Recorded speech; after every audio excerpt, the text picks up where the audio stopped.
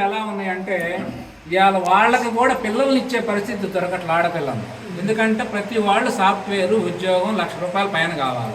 మనకే అలా అనిపిస్తే వాళ్ళు మనకంటే మేధావులుగా ఉన్న వాళ్ళకి ఎలా ఉంటుంది, వాళ్ళ పరిస్థితి కూడా దారుణంగా తయారవుతుంది.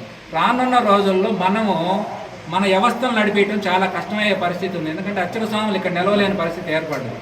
అందుకని మన అర్చకత్వాన్ని మనం బ్రతికించాలి, వాళ్ళ పనికి గౌరవాన్ని కల్పించాలి, వాళ్ళ కుటుంబాలు గౌరవంగా బ్రతకాలి, వాళ్ళు కూడా అందరి కుటుంబం ఆనందంగా ఉండాలి. అంటే ముఖ్యంగా మనకి గవర్నమెంట్ ₹4,000 చక్కగా పింఛన్ ఇస్తుంది.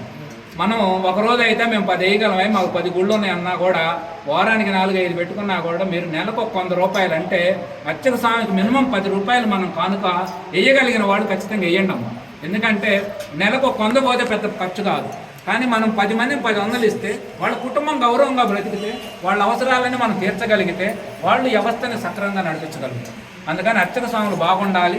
ముఖ్యంగా వాళ్ళ వ్యవస్థకు వాళ్ళు కూడా గౌరవంగా బ్రతకాలి. అంటే వాళ్ళ కుటుంబంలో అనేక రకమైన ఒడుగు, ఎందుకంటే సమాజంలో వాళ్ళ మనందరికీ తెలుసు ఖర్చులు విపరీతంగా పెరిగిపోతా ఉన్నాయి. మన గవర్నమెంట్ ఇచ్చే ఆదాయాలు, జీతాలు, భత్యాలు, ఇవాళ మా గ్రామంలో అంత పెద్ద శివాలయం 12,000 ఇస్తారు. దేనికి? ఆయన చేసినందుకు సేవకి, పడికి అన్నీ కలిపి 12,000 ఇస్తే ఆయన 3 కిలోమీటర్ల నుంచి బండి వేసుకొని వస్తే లెక్క చూసుకొని ₹1 మిగలవు. మనం తీసుకొచ్చే రూపాయలు 10 పైసలు లేదు, ఆ 10 పైసలకి వాళ్ళు ఎలా బతుకుతారు?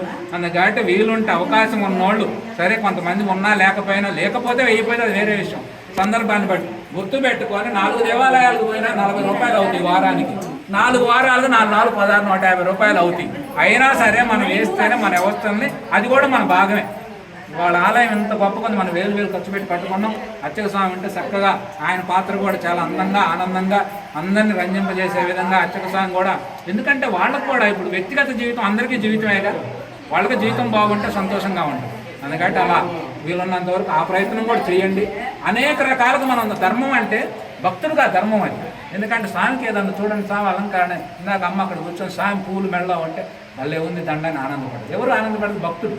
అలాగే మన భక్తుడికి, స్వామికి, ఇక్కడ ఉన్న చైర్మన్కి, ఊడ్చే పని వాళ్ళకి, వాళ్ళందరం కలిపితేనే దేవాలయం నడిచేది అద్భుతంగా. అందరం ఐకమత్యం ఉండాలి. ఐకమత్యం లేకపోతే వ్యవస్థలు దెబ్బతింటాయి. కాబట్టి వాళ్ళు సంతోషంగా ఉండాలి, మనం సంతోషంగా ఉండాలి, స్వామిని సంతోషపెట్టాలి. స్వామి ద్వారా లోకం అంతా సంతోషం. పెద్దలందరికీ కూడా మరందరికీ పేరు అందరూ తెలిసిన వాళ్ళే. నాకు పేరు చెప్పేది ఏమన్నా, అందరినీ స్వామి చక్కగా అందరినీ కూడా ఆయుష్, ఆరోగ్యం, ఐశ్వర్యం, మంచి విద్యాబుద్ధులు, గ్రామం కూడా రానున్న రోజుల్లో సస్యశ్యామలంగా ఉండాలంటే ఇప్పుడుదా మనం చెప్పుకున్న మంచి మాటలు మన జీవితాల్లో రంగరించుకుంటే తప్ప. ఎందుకంటే శ్రీకృష్ణ పరమాత్మే అంత పెద్ద ప్రయత్నం చేసి ఆపలేకపోతే, నా ప్రయత్నం ఏదో ఆపిద్ది మన ప్రవచనాల వల్ల మేలు జరిగిద్దని కాదు, కానీ చెయ్యాలి, ప్రయత్నం చేయాలి. ఎవడు పనివాడు చేస్తూ ఉంటే లోకం సుభిక్షంగా సాగిపోతూ ఉంది. ఎందుకంటే అందరూ ప్రయత్నం చేయండి, అందరూ స్వామికి దాసులుగా ఉంటే స్వామి యొక్క అనుగ్రహం అందరికీ కలిగింది. ఓం